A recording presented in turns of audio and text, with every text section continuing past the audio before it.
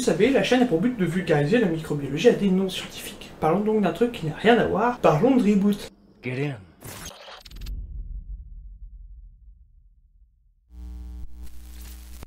Alors oui, ce qu'on va faire, c'est qu'on va démarrer la série sur les bactéries.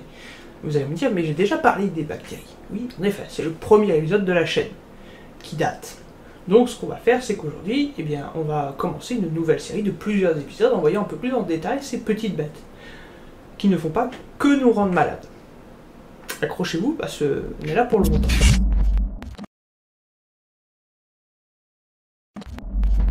Quand on parle de bactéries, on dit que c'est une unité cellulaire. Une bactérie, c'est un organisme unicellulaire, à un seul chromosome et sans membrane nucléaire. On dit qu'il est prokaryote. Elle n'a pas non plus de mitochondries, d'appareil de Golgi, et c'est un organisme qui est en général de taille variable.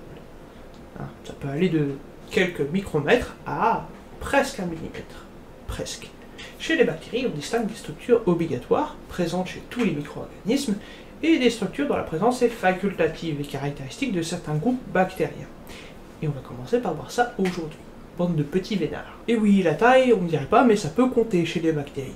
En effet, les bactéries comptent parmi les plus petits micro-organismes. On peut en avoir qui font 2 micromètres, certains font une centaine de nanomètres. Certaines peuvent faire même plusieurs centaines de micromètres. Les plus grandes des bactéries, comme les spirochètes, peuvent atteindre 250 micromètres de long. Mais on a parlé déjà de bactéries qui étaient bien plus grandes que ça avant. Alors que certaines ont des tailles analogues à celles d'un virus, ce qui les rend très difficiles à étudier. Mais en moyenne, on dit que la taille d'une bactérie, c'est entre 1 et 5 micromètres, entre 1 et 5 millionièmes de mètre. C'est petit. La nature prokaryotique d'une bactérie, elle peut être décrite en 4 points. La présence d'une paroi, l'absence de membrane nucléaire, et oui, les bactéries n'ont pas de noyau, contrairement à nous, qui sommes eucaryotes, parce qu'on a un noyau, l'absence de membrane interne cytoplasmique, à l'exception de l'organisme que l'on appelle les planctomycètes. Ça, c'est une exception, on garde pour plus tard.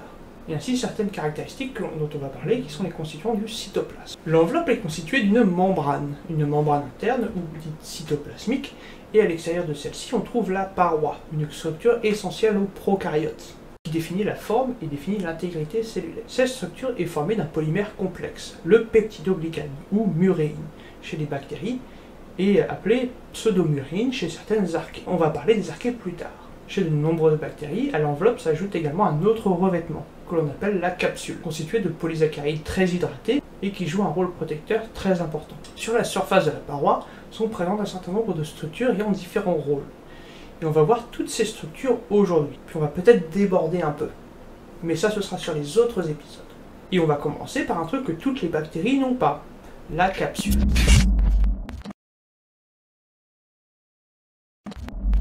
Certaines bactéries ont une couche supplémentaire à l'extérieur de leurs cellules, la capsule, un constituant facultatif rencontré chez certaines espèces bactériennes, comme les Streptococcus ou les Klebsiella. Pas forcément besoin de retenir les noms. Bien que les capsules ne soient pas nécessaires à la croissance des cultures en laboratoire, elles apportent aux prokaryotes plusieurs avantages. La capsule n'est généralement pas visible par des techniques de microscopie normales. En fait, on va les mettre en évidence par l'utilisation d'encre de Chine qui va se former autour de la paroi, et justement par contraste négatif, on va être capable de voir ces bêtes que sont les bactéries. Le rôle de la capsule, pour nous, est également important. Ça permet de faire une classification antigénique, en plus d'offrir aux bactéries une couche supplémentaire de défense face au stress de l'extérieur.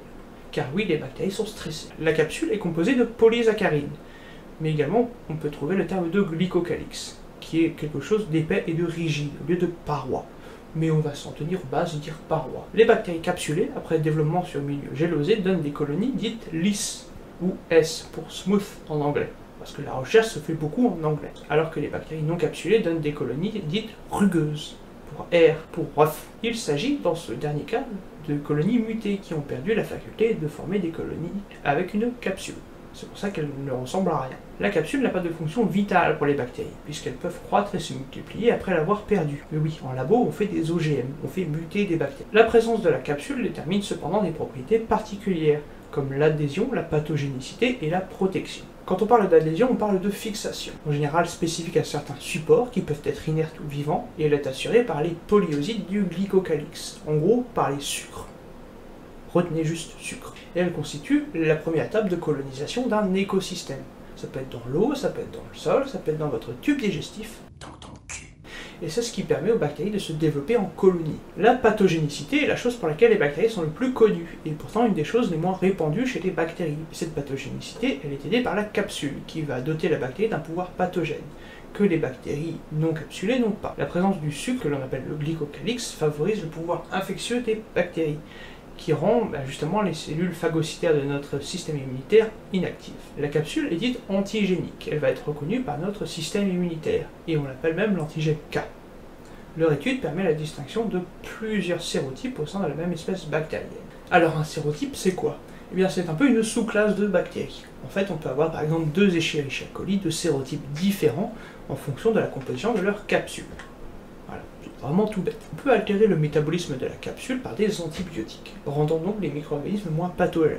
La protection. Et oui, vous vous en doutez, mais la capsule, ça protège. Elle agit comme une enveloppe externe supplémentaire, constituant un élément de protection des bactéries vis-à-vis de leur environnement, tels que les facteurs physico-chimiques comme les détergents ou les toxines. Les capsules contiennent beaucoup d'eau et peuvent protéger la bactérie contre la dessiccation. En gros, ça empêche la bactérie de se dessécher tel un vieux pruneau. Elle empêche la fixation des bactériophages et protège la bactérie de la prédation des protozoaires du milieu. En gros, elle les protège des prédateurs, ce qui est un peu sympa.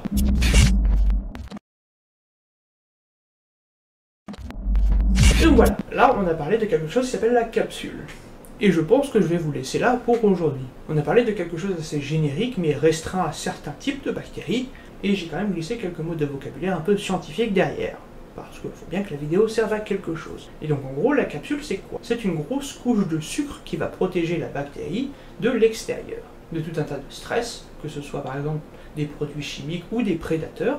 Ça va lui permettre de s'accoler au milieu, ça va lui permettre de se développer. Néanmoins, si vous êtes une bactérie que vous avez mutée et que vous n'avez pas de capsule, déjà qu'est-ce que vous faites sur YouTube? Et de deux, ben c'est pas grave, parce que la colonie qui en résulte va être capable de se développer. Elle se développera un peu moins bien, mais elle se développera. Donc voilà, ce sera tout pour aujourd'hui sur un épisode sur la capsule. Alors oui, je sais, c'est un épisode un peu plus court, mais je me dis que je vais multiplier ce genre d'épisode un peu plus court, histoire de 1, vous laisser respirer, et moi, de me faciliter un peu la production des vidéos. La prochaine fois, on verra la paroi de la bactérie. Et oui, il y a aussi beaucoup de choses à dire là-dessus. En attendant, je vous laisse avec les plaisanteries YouTube habituelles, le petit j'aime, le petit commentaire, le petit abonnement, et surtout le gros partage. Moi, je vous dis à la prochaine pour plus de vidéos et plus de microbes.